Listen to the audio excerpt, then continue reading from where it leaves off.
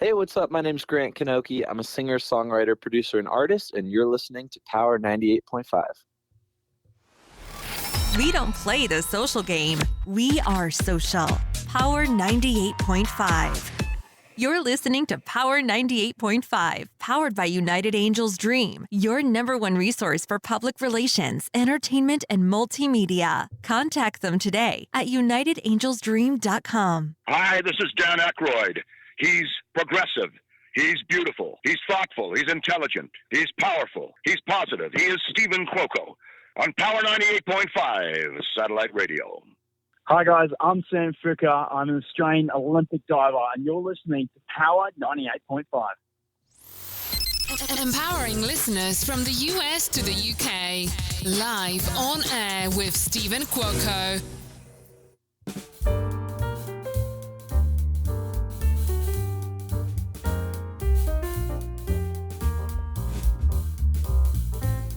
Good morning, good afternoon, and good evening from here and all around the world. It is morning, afternoon, and evening somewhere, whether you are just waking up, having your morning cappuccino, enjoying your afternoon lunch, or having that late night mimosa, whatever that cocktail of choice may be.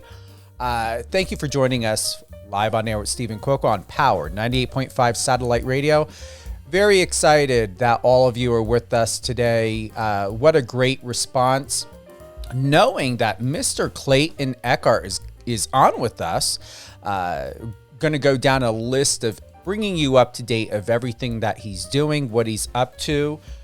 Just yesterday, the response has been remarkable, and I'm very excited. Terrence McKinney, he is an MMA UFC fighter. Had him on live. The response really has been golden. Loving, his story about surviving and triumph and getting through a very dark period of his life, and how instrumental his mother has been for him as well, and what she's done to help him and support him, from being the family that, in a time of need when you least expect it, who shows up. It's very interesting. It's just like when, it said, when you call back your power, they say you'll find out who shows up of the person who's stealing it. But when you're at your lowest, when you're not in the fame and in the glory and out spending thousands of dollars on people and helping other people and, feel rich and successful, when you're in the moment of not, of that position, it is once again quite interesting, who's there, who doesn't have the excuses, and who's going to be your ally moving forward. So definitely, challenge the people that are in your life to not only be there for the great times, but also for the times to where, hey, give somebody a phone call, ask them, hey, you want to get together for lunch? Let's get together for coffee. What can we do? I want to catch up. I want to know more about what's going on with you. And I did that just yesterday with my client. We went a little bit without chatting, and something was just touching my heart. And I was like, you know what? I'm going to be reaching out. And I do that, whether I represent you or not, I do that for people. I listen to those signs. And when my, angels and my heart is speaking with me or to me. And, with that being said, head on over to power985.com. Once again, power985.com. Click that bottom icon in the right-hand corner. Send us a message, whether, you have any questions for Clayton, if you want to share your love and support for him, or, anything at all of past guests. My team will receive that. Power985.com. Click the bottom right-hand icon. You can also download the iOS or Android app of Power 98.5 Satellite Radio. And it's very interactive there as well. So we like to make sure that friends, family, listeners from here and all around the world, that you're able to stay in real time direct contact with us. If you have any music submissions, or you'd like to be a guest on Resilient You with Alicia Pazzoni, Catherine and Company with Catherine Swain, and myself, Stephen Cuoco, here on Live on Air with Stephen Cuoco, send an email over to the team at contact@power power985.com. Once again, that's contact at power985.com. On November 13th, we've got a professional boxer out of the UK going to be on my show at 9 a.m. Pacific time. We also have actor Brett Chapman. That's scheduled right now for November 21st. We had to push that back a little bit due to schedule purposes. Also, tomorrow, cannot forget this, and thank you. November 11th, 10 a.m. Pacific, we have written music artist, written by Phil, and that's all in one word. Looking forward to chatting with him and catching up and doing a live music drop. Woo! It's a lot. God, I love my team. That is a lot. Thank you again, guys, for sending everything over. And to my awesome team out there in Manchester, UK, and New York. I am currently here in Las Vegas, Nevada. Just finished up working on some projects with clients, film production. But our superstar for today is Mr. Clayton Echard. You know him as a former collegiate and professional athlete who played on the Seattle Seahawks, former lead on ABC's The Bachelor, and an advocate for fitness and mental health. Clayton has appeared on a variety of talk shows, including Jimmy Kimmel, Live with Kelly and Ryan, and has been interviewed by People Magazine, Men's Health, E! News, and others. He's passionate about sharing his experience struggling with mental health issues. Clayton's public speaking profile includes appearances at an array of events across the United States, targeting discussions amongst youth, covering a variety of highly unspoken mental health issues, particularly for young men, such as body dysmorphia, toxic masculinity, overcoming adversity, and the fear of failure. Destigmatizing mental health and self-awareness. A lot of these points and topics, and definitely going into Clayton to find out how his relationship is with social media. He's doing great things on TikTok, still very active on Instagram.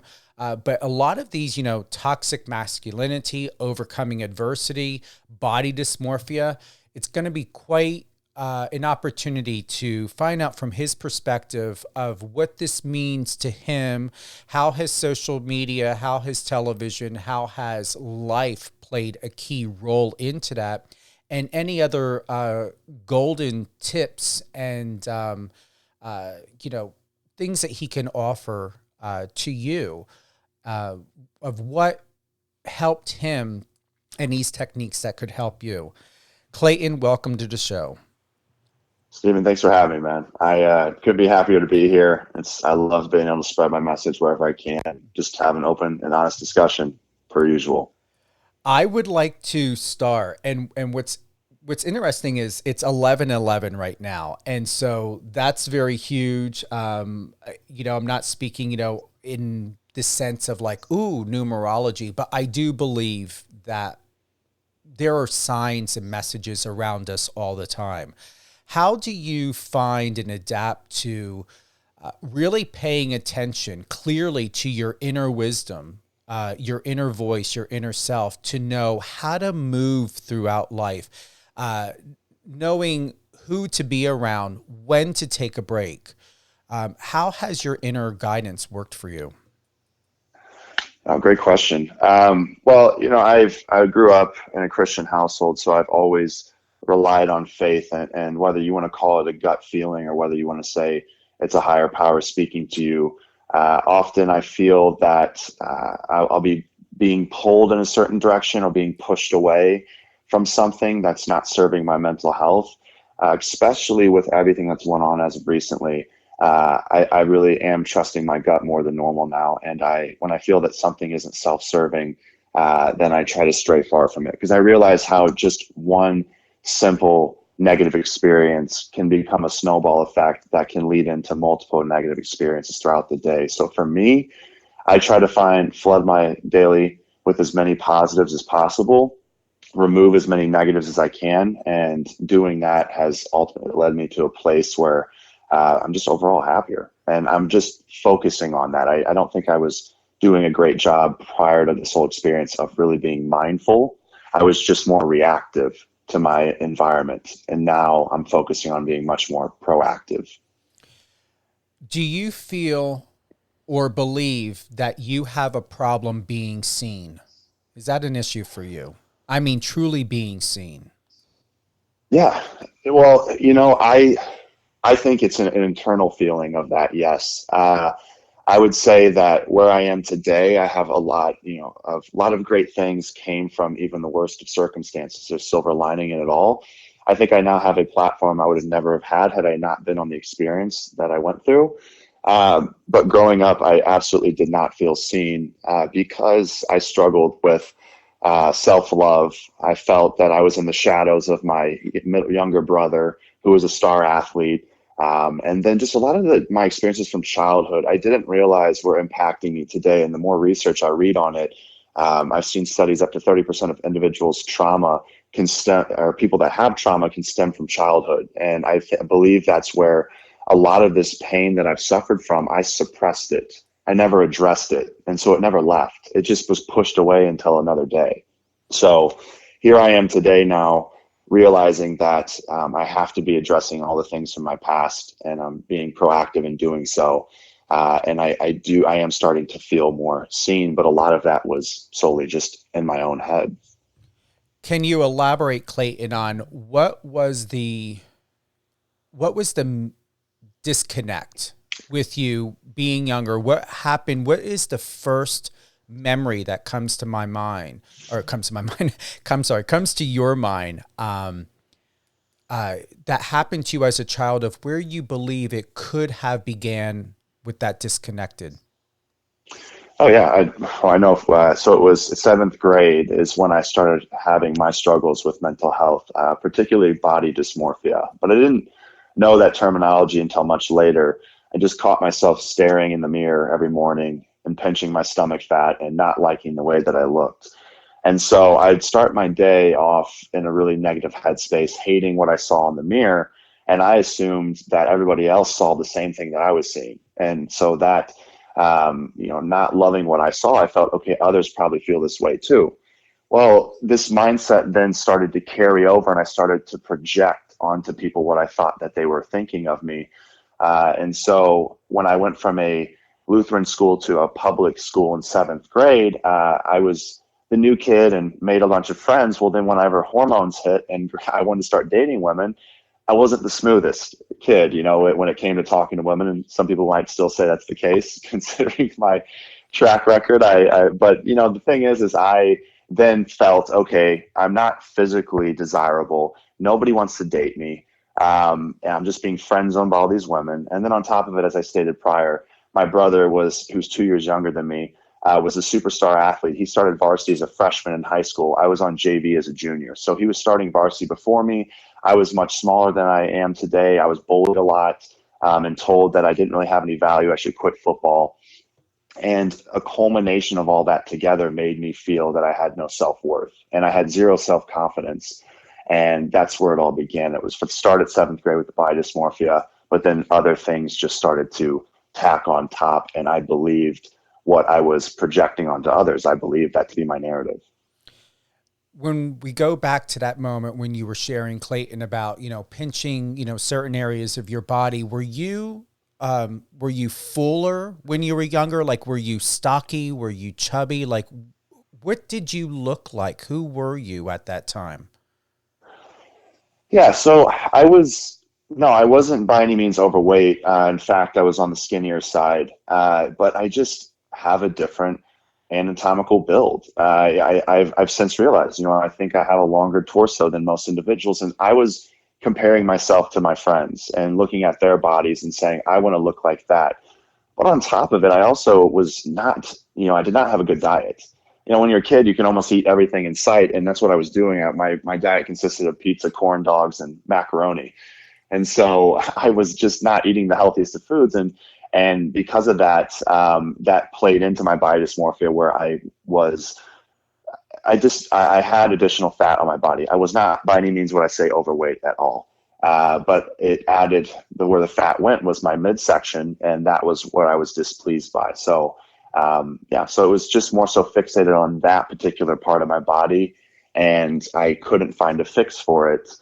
And I just thought that that was the way it was going to be for good, and I just had to deal with this. And I also was told by my friends and people around me that men don't worry about their bodies. That's just a female's problem. It's a woman's problem only. So I thought, okay, well, I guess then this makes me less of a man, and I'm going to go ahead and suppress this and keep this quiet because I don't want to be seen as a lesser man than any of my peers.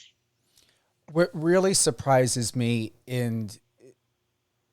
with this is because looking at you and just having an understanding of, what we know about what you've allowed us to know through social media and what you've shared in past interviews is that how you've kept it so I don't know if it would be suppressed or how you've basically buffered. I feel that that's a better way to put it. How you've buffered, some of these feelings and what you were going through in life. Because also what's surprising, Clayton, is, to know how you feel when it comes to your older brother is because to look at you, most men, in life, and even at myself at one time, thought, I'm going to be 49 in April, we're both April guys, is that, back in the 80s and 90s is you were the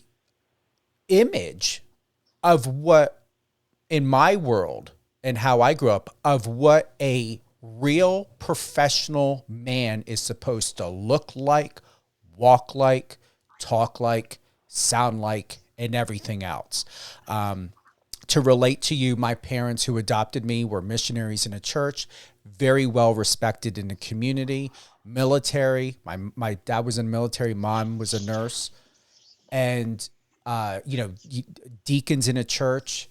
So with understanding, Christian values and growing up in faith and believing in God and having a great relationship with the Lord, it just really, really amazes me that anyone that we look at, whoever we meet, whoever we see, you never know what's going on behind those eyes, what's being processed in that brain, what's happening in that heart. And, did you ever get to a point in your life to where, you shared where you recognized it, where it began, but did you ever ask yourself, Clayton, why? Why me? Why am I going through this? And did you ever get an answer? I think I've asked that question multiple times, especially with the experiences that I went on. When I went to a really dark spot, that was the first question that I asked, God, I said, why me? Why am I going through this? What's the greater purpose here? Why do I need to, why am I struggling so much? And listen, I don't want to sit here and sound like a victim at all. I know people that have had it way worse than me. But I don't think we should take away from anyone's struggles. They're legitimate to them, whether we believe that someone might, again, the mistake is a lot of individuals say, well, they're overreacting. Okay, well, that's your perspective. But again, everyone has trauma in their own degrees and we should respect it for what it is. But absolutely. I asked myself why, do I have to go through this? Why couldn't it have just been any other way? But I will say that I have had some of those answers already manifest. And one of the greatest ones that I've just clung to right now is in referencing being on The Bachelor was, I can tell you this with full certainty, that if I would have had a fairy tale ending, if all would have went well in that world, I would have never been speaking on mental health today. So my experience in having it be a train wreck by my own insecurities and by my own lack of emotional intelligence being put on full display, and me being, really broken down to my inner core where I had to rebuild myself back up. That was the catalyst for me saying, you know what, I want to show people that you can rebuild this self-belief even when everybody else tears you down to your core and you're shoved into a corner and left there to die, essentially, and you can still regain that self-belief, self-confidence, and have some resiliency and pull your way back out of the depths of the darkness. So that's where I realized this is why I went through this. I was open about speaking about mental health prior to the experience, and I talked about it on the show before things went south. But this, with the spotlight on me and not being well-liked, being notorious for what I had done, I thought, I'm going to go ahead and use this for good. I have a spotlight on me now, and I had to be exactly who I was in that moment, not who I am today, because who I am today wouldn't have taken those actions I did on the show. I needed to be exactly who I was then in order to be who I am today and to be doing what I'm doing. So I do know my why at this point, and that's driving me every single day. I'm going to be honest with you and very transparent. I wasn't going to lead into about this. We all know what's in the media and everything and what had happened. I'm going to honestly say and I'm processing this with you. I normally, talk to people beforehand and we get, a better understanding of the foundation, which you and I did through email about what the interview is going to be.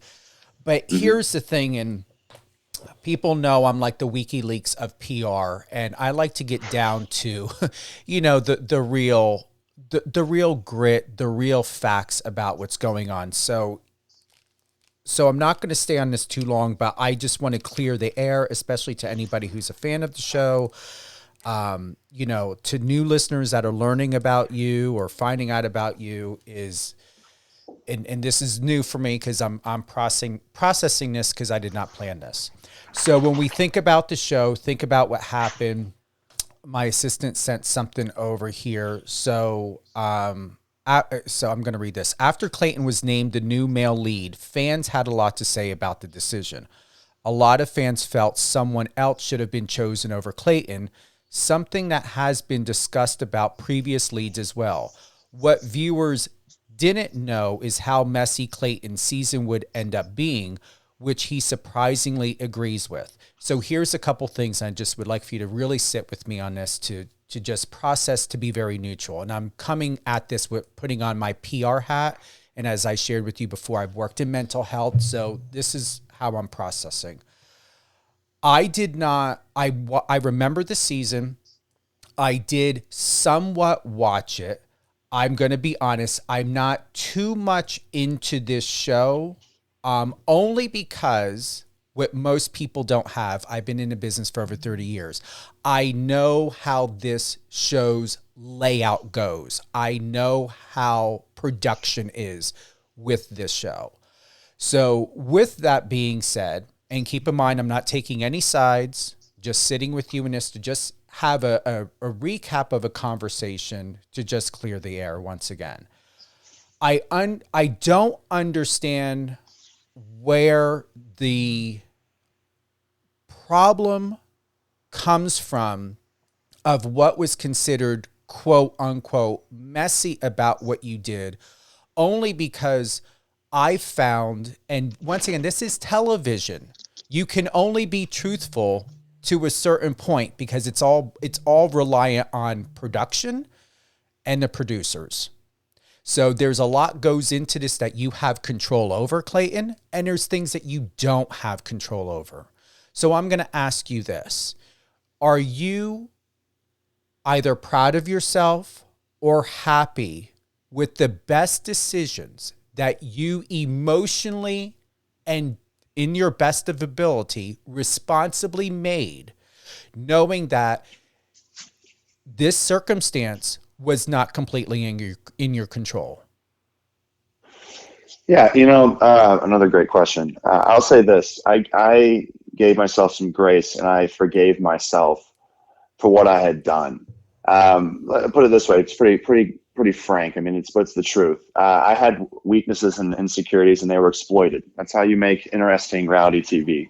I can't blame the show for essentially making an entertaining TV show. I basically was told, a boring love story doesn't sell. So I get it. It's reality TV, and I didn't fully know what I was signing up for, but I still took those actions in that moment. And I did lack emotional intelligence. At the time, I thought I didn't, and then As I then watched the show back with all of America, and I was reading all the comments online, I had realized that I had lost sight of how I should have probably conducted myself. I kind of assumed the role of the Bachelor and thought, okay, in this world, things operate differently. But I had changed my mindset from the outside world to going into this experience, and other people that were there still were operating under real life, I'll say, quote unquote, rules that, whereas like the show basically like, hey, I'm still handling this as if we were dating on the outside. And so I think it was miscommunication. It absolutely was. I didn't ask enough questions, and I should have asked more questions on my own end. At the end of the day, I realized the best thing I could do was accept full accountability for all that had happened and all that was shown. I mean, I know my real truth. I know what all really happened, but honestly, it doesn't really matter if people saw 24/7 everything that was shown and all the conversations were had. Sure, I might have more people on my side, but I might not. But I do know this, that I had to forgive myself and the show and everyone involved in it in order for me to heal. Because for a while there after the show ended, I was waiting for the producers to apologize to me. I was waiting for them to admit what they had done. And I never really got that. And I realized it was never going to come. And so I said, the only way that I can move on from this is if I just forgive. I have to just forgive. I can't be waiting for something else to happen. And so that's the way that I've approached it. And I think it's been the best way for my mental health, is that, I took the actions I did. Reality TV is what it is. 5% is shown of what's actually filmed of the entirety of it. But I've chose to just say, you know what, I'll take full accountability for it. And that's all I need to do. I've become a better person for it. I've learned a lot of lessons, and ultimately that's the way that I can really help myself heal, is just by taking it for what it is. And with that, Clayton, I want to say thank you, and I appreciate you for that. And sometimes silence is an answer, if not most of the time. And to be honest, there are some great people that I do know over at the network. And once again, to just be very neutral, they would not be able to say anything to you, whether it's, especially if they're part of a network, there's NDAs, there's only so much that can be said. And also if somebody from the network, a producer or someone at staff were to have said something, they would have not only put the network at risk, but they would have put the entire production and cast at risk. So with that being said, and with knowing certain things, is that you received from the experience that was meant for you to receive this, because you are stable enough, you're strong enough, and you are enough, and you still are, to continue to take certain, however many of your life experiences, Clayton, and be able to have something to relate to somebody else. Because what we know of, of what we see on the show, this is everyday life. There is things that don't happen post show, to when we think of what people go through in life, to where, yes, this is reality TV, but it's also Hollywood. And you had taken several steps, and I believe here from you and Susie had taken several steps even after, to have resolve. And one way or another, whether you get it, she gets it, whoever gets it, it is not your responsibility to explain. It's your responsibility first, Clayton, to sort this out with yourself first. And then once you feel sorted, if there's anything to reflect on, if there's anything to have of discussion or whatever it may be, as you had done behind the scenes, which is your right and your life, and you don't have to answer to it. That's what you and Susie did. And for what it's worth, I would say, one way or another, even in movies and TV, villains do turn out to be superheroes. It's a fact. And it's a fact of life.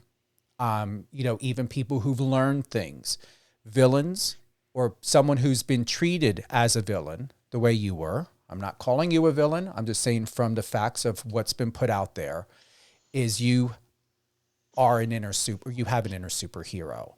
And with that, you know, I'm watching or, you know, was going through your Instagram, and on September 28th, you have a video.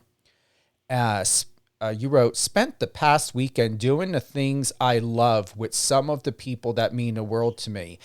And what I really enjoy is you're there on that amazing VIP looking bus, or, you know, whatever that ride is, and you're dancing and you're enjoying life. And there I'm seeing Clayton, and that is who you are. I see a kid, and I don't mean a kid in a juvenile way. I mean someone who still values, you know, the joy of being happy and smiling and carefree and free of, you know, emotional, mental trauma. And everyone goes through it. You're just more open about how you're doing your best to maneuver through life. And I'm going to close and hand the mic back over to you. Is the other thing to relate to you is, you know, I get it. I truly do, in a way, understand your position. Only because I know what it's like to grow up and, you know, try to sort out how do you fit in life, but yet no one knows what's going on with inside of you. Sometimes you may be able to explain why it's happening, and other times you may search the rest of your life until you get to that, aha, now I get it. So I'm going to say to you, and ask you, with everything that you're doing, I know you're doing it with great intention. But as someone, once again, I want to ask, is this journey in helping and supporting other people through mental health and be able to share your story and to share your journey and to share your vulnerabilities, Clayton, are you doing it because you feel at the best place in yourself, emotionally and mentally, where you can do it? And are you also doing it because you know that there are people out there that it's not about helping them with just an aha moment, but to know that you're not alone, and that there are times when you come together, whether in groups or even with one person, you can heal even more? Yeah, no, that's you're the king of great questions right now. I love how thought provoking these are. So, where I'm at today currently, I'm still in the healing process. In fact, I don't know if you ever really get to a place, and maybe one day I'll change my viewpoint on it. But I always feel that there's more I can do, and I'm never done growing. I'm never done learning, and probably never done healing to some degree. I heard a really good podcast recently. They explained when trauma happens to us, it's like when the wound heals back up, it's scar tissue. It's not the same as regular human tissue that was once there. It's a little bit more rigid, it's stiff, and it's just that scar never leaves. And so I thought that was really incredible, because I'm like, that's the truth. We'll always be able to see that scar and know that it's there and know what it's from. But for me, the biggest thing is as I've opened up about this and shared my story, whether it's in person, whether it was on social media, I've had an outpour of individuals reaching out, complete strangers, being able to open up to me. I think of a really incredible story that happened. I had a guy who's in his 50s, and he reached out and sent me a message. And because I had been so open about my mental health, he felt that he could just let it all out there.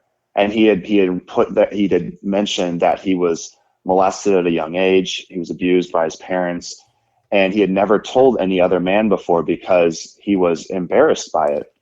And he said, just by being able to type this out feels so therapeutic. And he said, because, I feel that you're someone who's been clearly non-judgmental and is accepting of people for who they are. And so I just wanted to relay this to you. And we had some conversations back and forth, and still talk a little bit here and there. And he's doing great. I mean, that opened basically the floodgates in a good way, whereas after he released that and shared it with me, he was able to then share it with some of his friends, male friends in particular, and they accepted him with open arms. And now he's in this healing process where he never really addressed it and realized it was weighing on him and leading to this depression and stress and anxiety that he was experiencing, not realizing how much of it was tied to, 45 years ago or 40 plus years prior. So when I hear stories like that, when I go talk to people in person and I get pulled aside by a 13-year-old, girl that's telling me that she also suffers from body dysmorphia, but that me sharing my story makes her feel less alone. And now she's, has more confidence that she can also overcome this or better manage it. Those are the reasons that remind me why I'm doing this, because if I can impact one person, then it's worth it. So every time I post a video, every time I do a speech, whatever it is, I'm like, my goal is just one. I talk about this in the book that I'm writing right now, and I'll push out here hopefully in the next month or two. But one of the biggest principles I talk about is communication and the power of one more conversation. How in my life, I've seen it happen in others as well, where you have that one more conversation with somebody that just flips the switch. But you have to take the initiative to have that conversation in the first place. So for me, I'm trying to provide that one more hopeful conversation with somebody. I show up to their at a speaking event or to their organization, their school.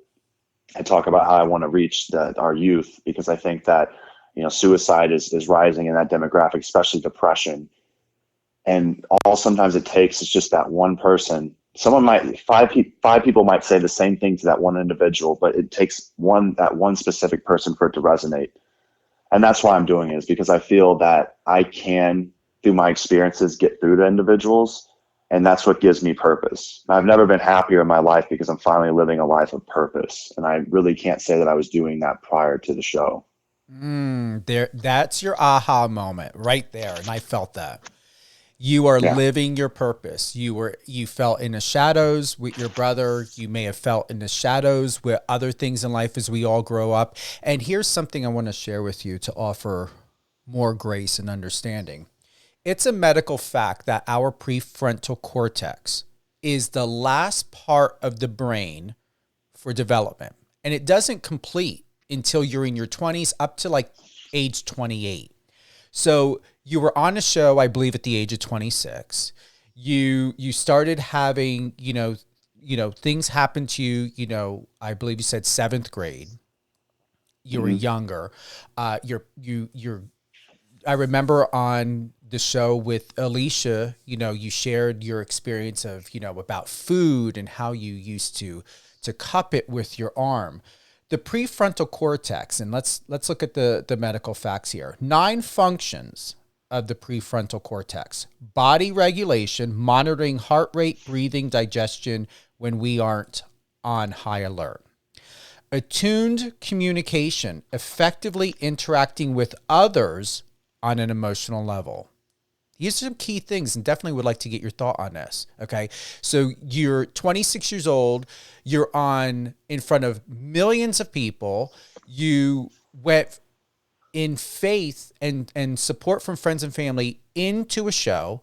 You're still learning how to identify yourself as a human being in the world, as a man, possibly going through pressures of society and what the Bible, says, of how, you are to live, maybe whatever's going on in home or expectations, other people may have had for you, and its identity that you saw differently, or maybe not exact as somebody that was very close to you who saw you. So that's where this, imposter syndrome now can start to emulate. And we all go through it, especially when other people put an identity, a life and a lifestyle that, whether you understand it or not, but most importantly, the question is are you equipped to emotionally articulate that sort of information and realization of a future situation that you may or may not be prepared for? And everyone goes through it. That's why I say I can relate to you. I went through that with both of my families, and I had to fight hard for my own identity, especially, back in that day and age. The other part, emotional balance, Clayton, emotional balance, response flexibility, empathy. You're empathic. I can tell you're very sensitive. You probably foresee things before they happen. You probably get Terrence is the other one, who I interviewed yesterday, has the same gift as we do. You get a good understanding. Someone recommends, oh, let's go to this restaurant. Well, your decision may not because you're not in the mood of that food. Maybe you're sensing or feeling something because you're not wanting to be out on the road. Maybe you're not supposed to be driving. Maybe you're not, maybe it'll be fine going there, but maybe you're feeling something, about coming back. It has nothing to do about being, psychic or woo-woo. God's given us gifts, just like animals. Animals know where to go, and when to do things and when not to do things. It's in our innate nature. Insight, fear modulation, and intuition. This is by scientists. Intuition, just what I had just said. So once again, this isn't giving a pass for anything. This is just facts that you don't need a pass for. That you were 26, went into a highly demanding requirement in the entertainment industry, on top of what you didn't discuss or maybe had talked about or shared with other people of what you were going through in your life. And all of this while you're building empathy, intuition, fear modulation, emotional balance. And so the point here is, the facts is there is no reason to be hard on yourself. If you were, that's fine. But the fact of it is, and from the article, that Christina sent over to me that was just recently published, by Jared Knott over at Screen Rant, summed up to say, and where is it? Even though he was named the Bachelor, Clayton had said he sometimes regrets joining the show since he didn't know what he was getting himself into. And that's fair, because you don't know what you're getting yourself into, because you have no idea what is going to happen. And for anyone to judge, knowing that you were still in development with all of these things, you were still going through what you were going through in your life, and you were doing your best at the age of 26 to be a man, to be responsible, to live by faith, and to be truthfully who you are at a level that required so much more, that you believed in yourself, that you were ready to, as society would say or look at, grow up and be a man. And you believed in yourself enough at the age of 26 before you were even fully developed, on top of dealing with everything else. So this, and I'm just going to say it, shit about you in the show needs to stop. It's done. It's over. And no one needs to explain themselves, because if we go and look at people's lives and really break it down, what had happened on that season, which was like, I'm going to exaggerate here because I feel like doing it, 100 years ago, because you're that good looking. Yeah, you can pass for a vampire. You're that timeless.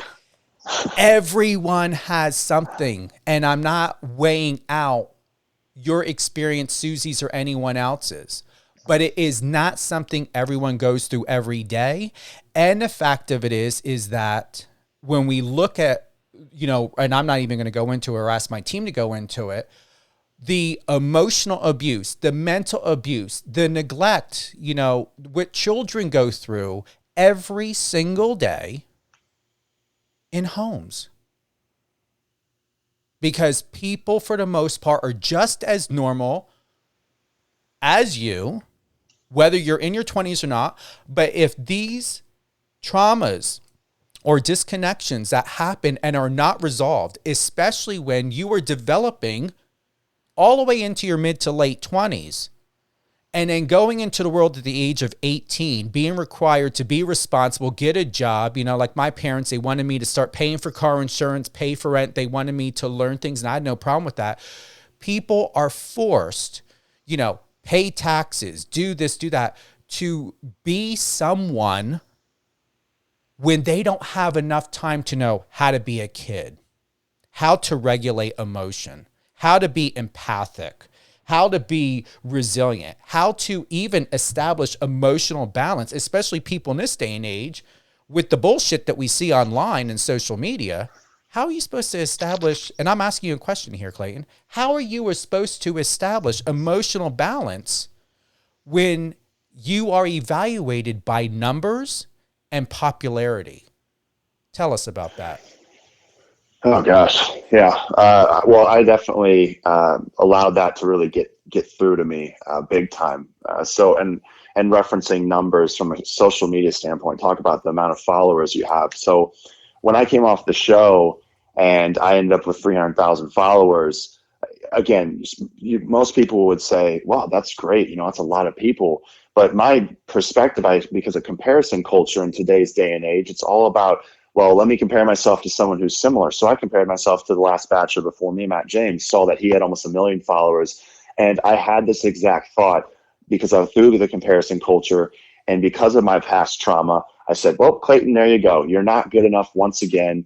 And people are showing you. You have 1/3 of the followers. So you're just hated. You're hated and it's obvious. Like you have a ton of issues and it's reflected right here in the numbers. Because I am an analytical person. I mean, I've always looked at numbers and statistics and it fascinates me. And there's a lot of value in it, but you can also still misinterpret statistics. You can have two people looking at it and taking completely different viewpoints about it. And that's what I was doing, was comparing myself when I came off the experience and thought, well, the majority of people don't side with me because that's why I have this low amount of followers. And then I started to think, well, you're less of a human being, because I would read online, this guy has the least amount of followers of any previous Bachelor, so it's obvious that he's the most hated.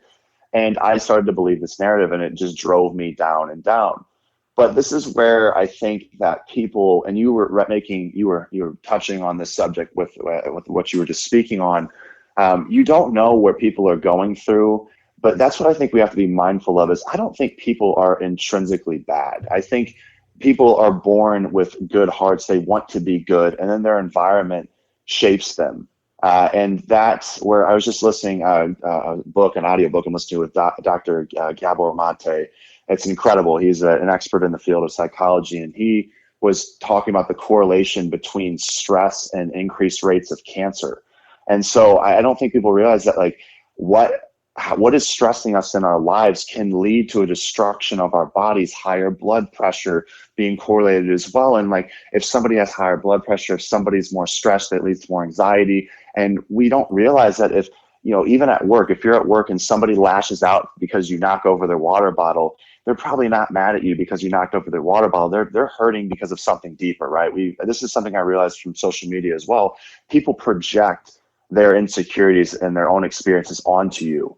And I realized from my experience that a lot of people that were watching the show, they didn't really hate me. They thought they did, but they were hating what I reminded them of from the past.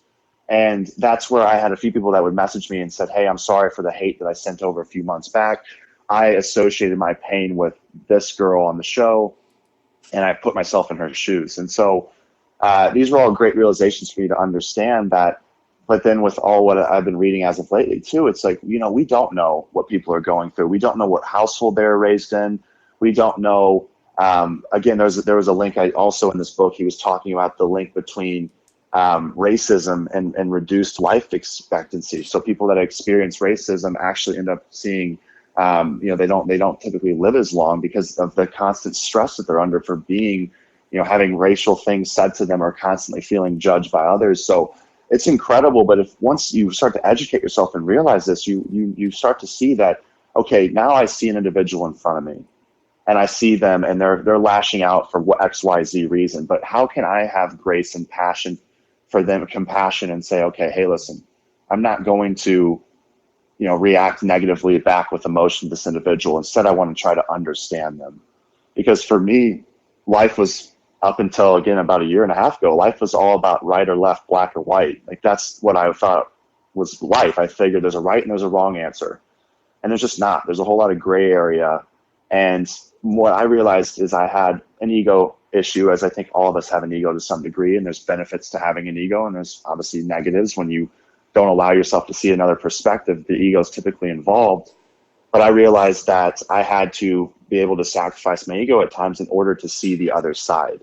And so that's where I'm at today. And with that understanding, by sacrificing my ego, I'm actually able to gain multiple different perspectives, which connects me to other human beings that I never thought would have maybe have had commonalities with. And so it actually has brought me closer together, and I feel more connected as opposed to isolated from the world. So, kind of a long-winded answer here, but I just feel that it's important that mindfulness is so important for us to practice. We spend 40 plus hours a week at jobs to become better employees.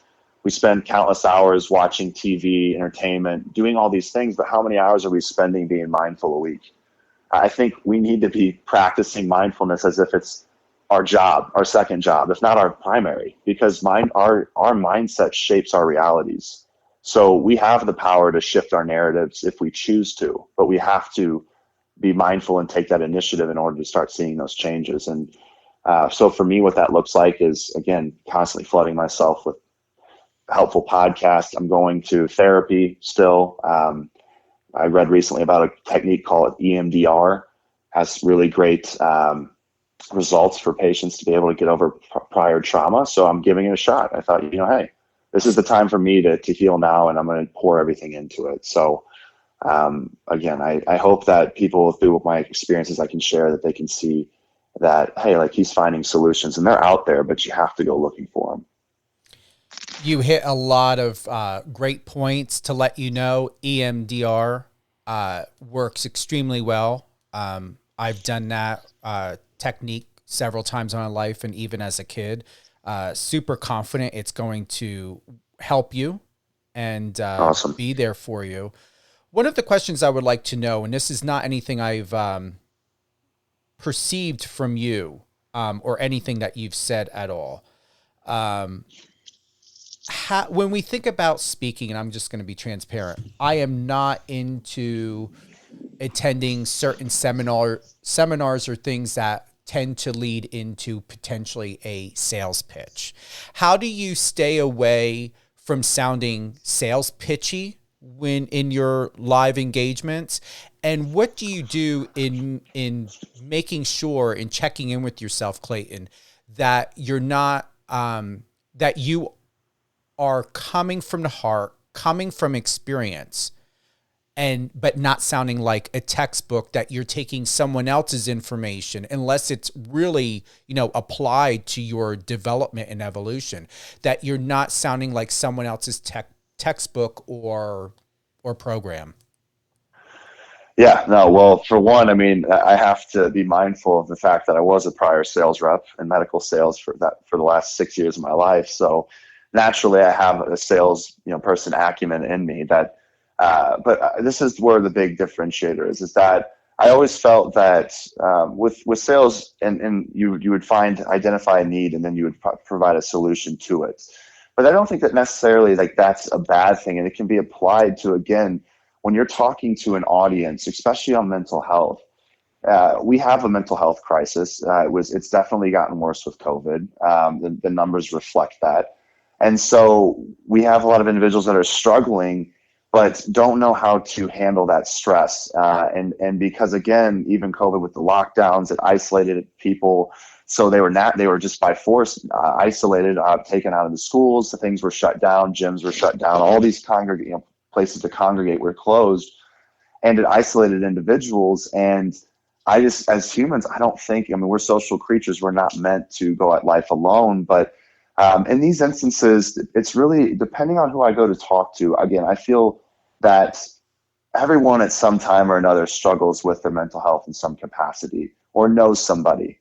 The stats show 1 in 5 Americans struggle with mental health illness, but again, I would say that there's others that still will have moments. And I think it's, again, if it's not you personally, someone.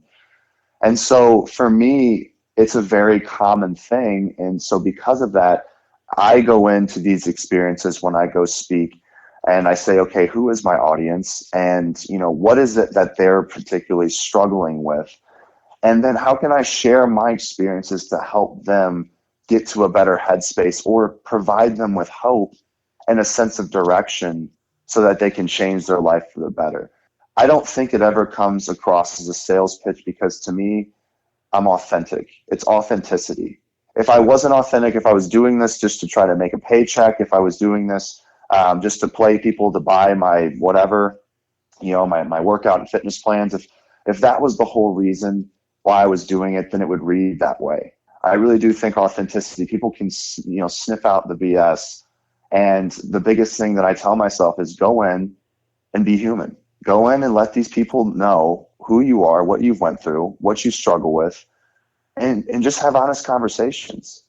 And again, I love having Q&A portions as well at the end, because that's where you really get to have an interaction. It's not just a speech, one way. It's you allow others to then ask questions, and then you're able to open up that floor that way where you can start to really address very specific issues that individuals want to know because they're the ones asking them in those moments. So for me, again, I'm mindful of the fact that it just has to, if you're a big believer in what it is that you're talking about and you're authentic, then it never reads as a sales pitch. It just reads as somebody sharing their story in hopes of helping others. What does it mean to be coached by Clayton? What would be the goal, and what would I have to look forward to be coached by you? Well, the coaching by Clayton, that's for my fitness and nutrition plan. So that, I offer online, and it's really just helping individuals get a better grasp on their nutrition and fitness so that they can find happiness in whatever it is that they're looking for. For some, it's to lose weight. For some, it's to gain muscle. But more than likely, it's to just find self-love through what they see in the mirror. And also, though, they find that obviously we know the benefits of a healthy diet and fitness. It can lead to increased energy levels, better sleep, overall just better outcomes in life and with our bodies. And so for me, I coaching with Clayton, is in relation to that fitness and nutrition realm. And also, though, I do with my clients like to send over videos about mindset, things that I think are helpful resources. So also being able to address the mindset, because if our mindsets are broken, then nothing else really can function. I mean, at the top of everything is the way we perceive our reality. And if we have a negative outlook on life in general, if we're negatively hardwired, then everything below that is impacted. Our work, our relationships, all of it. But if we can fix what's up top first and how we view the world, then we're able then to end up positively impacting all the other multiple areas of our life. So again, I'm still learning as I go, and that's what I tell people that decide to train with me. I'm a work in progress, but I do have experiences that I've learned of how to do things that I think can benefit others. And I just ask them that we build this trust and communication to figure out how we can best find a plan that works for them that's going to better their physical and mental health over time. As a leader in mental health, does it play, and here we're looking at facts, a key role in mental health and emotional health?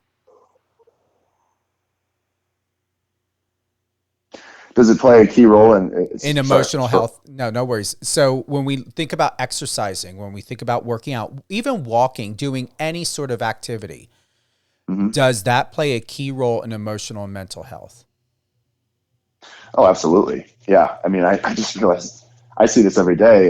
Even yesterday I was talking to a client, and we both were talking about it. She said, "Oh, hey, I'm really struggling right now, just not finding the motivation today." But then she mentioned, she goes, "I didn't work out this morning, and I just feel like I'm very just low on energy today, low morale." And, I said, I'm like, what's crazy? I said, I'm sitting here right now. I didn't do my morning workout, and I'm also in this funk right now. I don't feel productive. I feel sluggish. And it was absolutely related to the fact that I just didn't get the endorphins rushing from going to the gym in the morning and activating, getting my heart rate up and getting all the feel good hormones that release when you go to the gym, and doing exercise, all the benefits it has. It absolutely plays a role into other areas. And because I didn't do that morning workout, I often find that on days I don't work out, I am more stressed because that is an outlet for stress relief, is the gym. And so there's a direct correlation between fitness and emotional and mental health, 1,000%. When being active and physically fit, once again, you don't need to look like an Instagram fitness person with veins popping out through your skin. But do you release dopamine? You're going to like where I'm going with this. Do you release dopamine when someone is active, being very active, working out? I do believe so. Yes. I mean, again, I'm not an expert in this field, but the dopamine being the feel good hormone. Yeah. I mean, I definitely feel great after I work out, and I'm almost positive, but this isn't my area of expertise. But I'm going to say yes, that I believe that you do release dopamine. Correct? You can confirm that for me. Here's a medical fact. The prefrontal cortex. We're going back to that. The whole purpose is you knowing that nothing is separate in what you do, Clayton. Everything that you do is in a whole, as a whole, okay, as a whole, holistic part, big part of who Clayton Echard is. The prefrontal cortex plays a central role in cognitive control functions, and dopamine in the prefrontal cortex modulates cognitive control, thereby influencing attention, impulse inhibition, perspective memory, and cognitive flexibility. So having an active life where it's proven in most, depending on where people's emotional health is at, and at times, if not most often, irrational decisions, and depending on whether it's stress, which is considered healthy stress, or the other stress that everybody does every day to try to stay away from. So once again, development, emotional health, mental health, physical health is all in synchronicity with one another. And if there's a lack of one, it could lead down and have a domino effect on something else. So once again, what you're doing as a coach is not a good enough word for you, as an advocate, as an ally, as a person who is working in coaching and health and fitness, you're doing all the right things, Clayton, because it's all tied together. Yeah, no, and I believe it. Yeah. I think that at the same time, it's always, again, in how the message is spread. And sometimes it can be overwhelming. I see clients with this too. They'll say, I just want to start with fitness only because I don't want to change everything at once, which I get. You don't want it to be overwhelming to individuals, but you have them start with one thing, and then what they realize is, wait, this is trickling in to my confidence in myself. I just, hit a new PR this week. I couldn't do a push-up 2 weeks ago. Now I can. And now all of a sudden I'm more confident, not even just in the gym, just in my ability to be able to accomplish something if I just actually focus on it to make those changes. If I can do this push-up after 2 weeks, what else can I focus on that I might be able to change that I thought was a lost cause prior? So yeah, to your point, I mean, it's all intertwined. But sometimes you don't want to overwhelm individuals by saying, hey, we're going to go ahead and fix your mental health, physical your mental and physical. We're going to switch your diet up. We're going to do it all right now. All right, ready, go. Like, it can be overwhelming to individuals. So sometimes it's just a matter of like trying to get them to start in one area, realizing it's going to impact the others.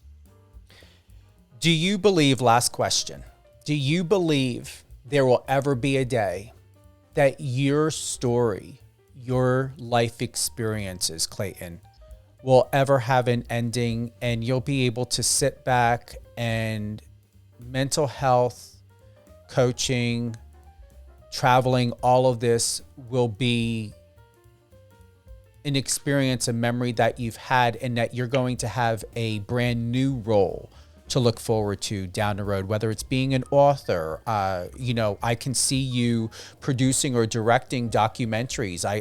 I believe that if you don't want to be done with the entertainment industry, you have the opportunity, if you choose to control the narrative, even if it's about tying in fitness and the prefrontal cortex, emotional health, getting into and adding in doctors and social workers and people and talking to kids.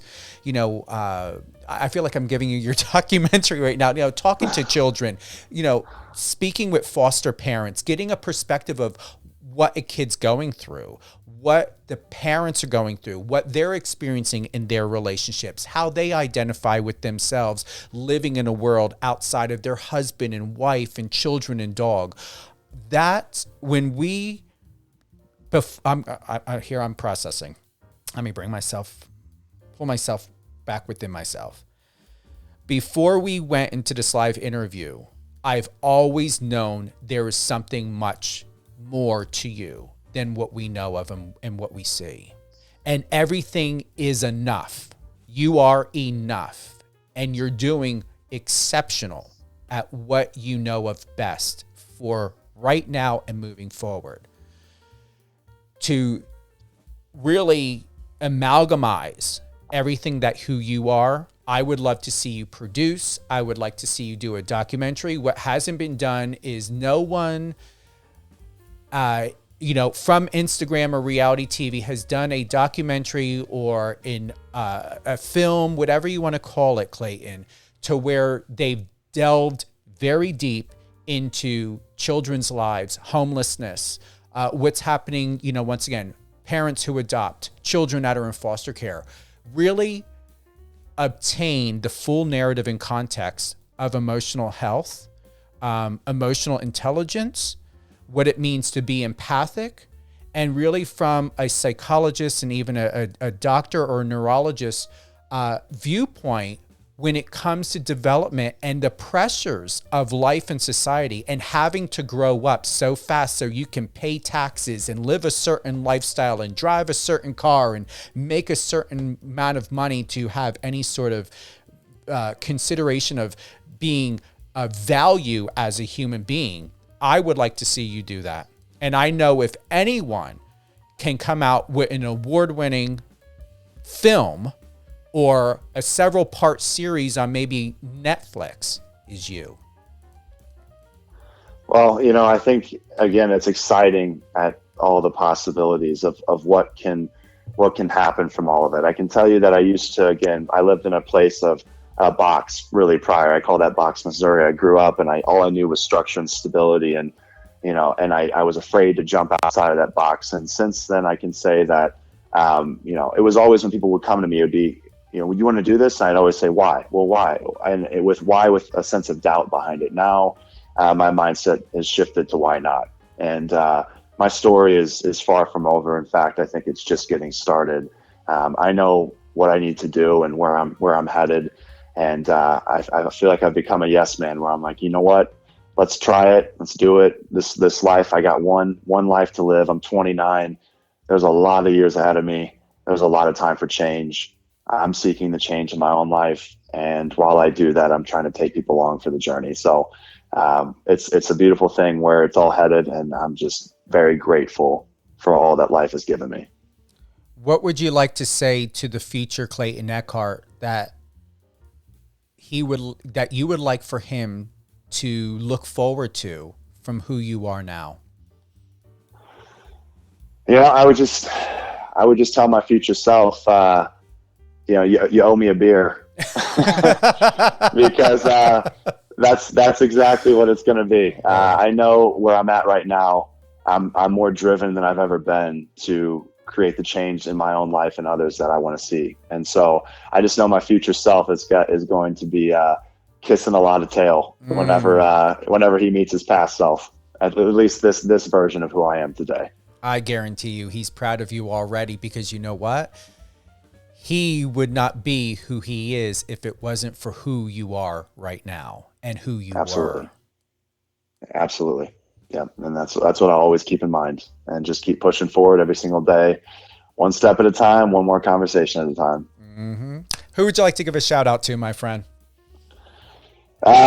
Man, shout outs just to my friends and family, my support system. Without them, I wouldn't be who I am today. I wouldn't be here in this position. They've got me through everything. I've leaned on them through the hardest of times, and they've given me nothing but support. And they're the reason why life is worth living. Without my friends and family, I don't know if what I'd be doing with my life. Those individuals are incredibly influential, and they just keep me grounded, and they're always there to give me unconditional love. And I couldn't thank them enough. So that's who I'd love to shout out. That's awesome. You're on Instagram and you're also TikTok. And so for those that are tuning in, you can, if you don't know already, you definitely want to head on over to Clayton's Instagram. That's Clayton, ClaytonEchard, Clayton Echard. Clayton, I'm giving you a follow. Well, yeah, I think I might have already been following you. If not, I'll follow you right back. I love what this whole conversation today and what you told me with your backstory. I'm sure I can learn more than a thing or two from you, and that's what it's all about. Is I love being a sponge. Let me find out the mistakes others have made, so I can hopefully make a few less of my own. So I have a feeling this won't be the last time we speak. Oh, no, In fact, no. I know it won't be. Listen, you use my phone number. You've got my private number. It's this number. You use it anytime. Don't worry about, I don't want to buy. Listen, you have my full permission. No bullshit. You've got my full permission to call me, or if you feel like texting, text anytime. What's beautiful is I work in an industry, and I've been doing this and come from a generation where using the telephone and pressing those numbers, Clayton, to be on the phone, or even if you want to do a FaceTime, you have my permission. If you choose to do it, great.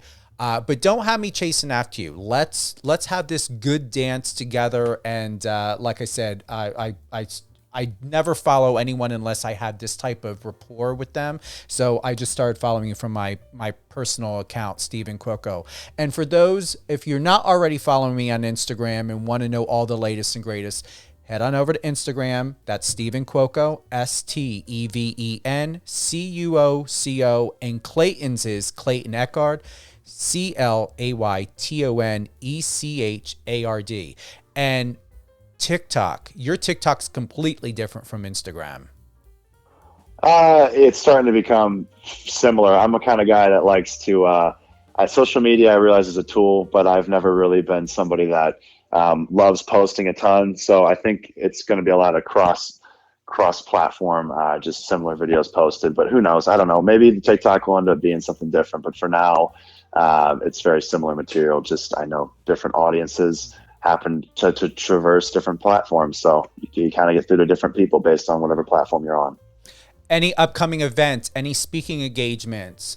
Did TEDx, get some common sense and give you a phone call to be like, hey, we want you to come. What's happening? Oh, man, TEDx would be a dream. That would definitely be something I've watched more than a few of those online through YouTube and their accounts. So that would be incredible. But yeah, I have some speaking engagements potentially in the works coming up. I just did one this last Sunday here locally, but I speak nationally. Also just really super pumped coming up with a project in the works to provide individuals with a platform where they can be able to disclose the struggles they face and do it in a safe area where they will not have to have fear of being judged. So working on some fun things, and yeah, it's just a matter of time at this point. So we're cooking, we're moving right along, and couldn't be happier with where I am at today. Well, remember that documentary or that 3-part series, whatever it is, I really feel that you're not done. You don't have to be. Like, I really can see you, whether it's on Netflix or it's on Paramount Plus, whatever it is, you're destined for much greater things, and all of this is building up, because here's the thing. Thank God for the show. Thank God you were on that show, because you were given assets and an arsenal of experience and tools that now you can go ahead and use that, and you'll understand your productions more. You're going to understand, everything. When people are doing things, you're going to recognize the cameras and the lights and all of the technicality or the technical things that go into that most people have to go to school for. So hands down, I guarantee you, one way or another, that is going to serve you. That production from the network is going to serve you in the future for yourself, however you choose to allow it to serve you. Yeah, no, it's, you know what? And I hold no malice towards that whole, the organization and the production agencies. Like, they taught me a lot about myself. And you know what?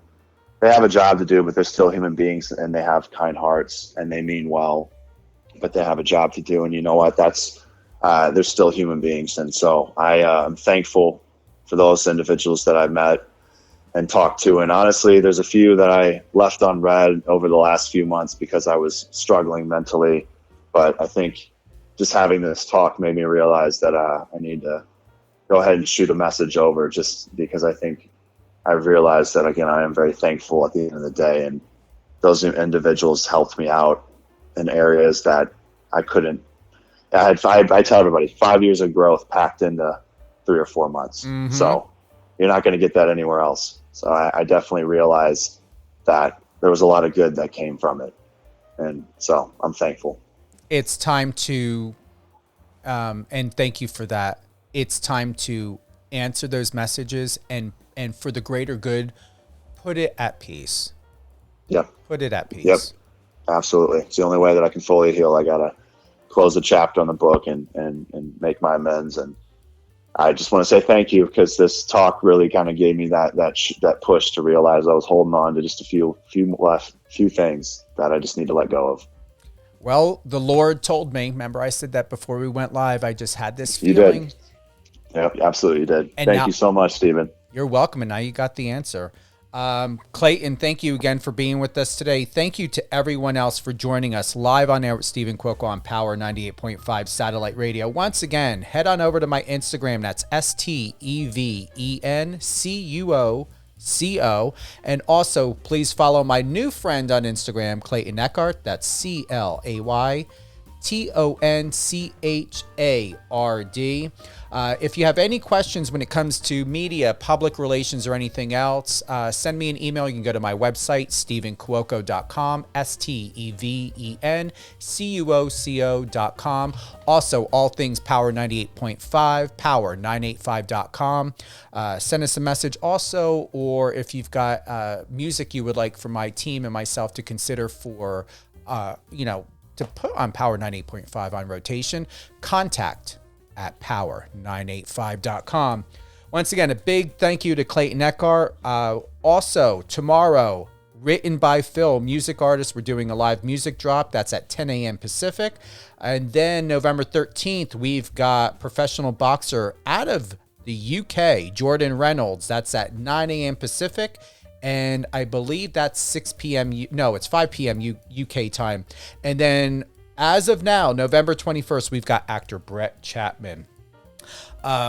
If you are loving what we're doing, once again, whether you're listening on the iOS or Android app or on the website, click that bottom icon in the right-hand corner. And we are in real time, so send us love, a message, whatever it may be. Enjoy your day. Thanks again to everyone from here and all around the world. I'm Stephen Cuoco. Have a beautiful, beautiful year-end, holiday upcoming season. And remember, no one has power over you, and they cannot control you unless you give them permission. So take back your power. Have a great day, everyone.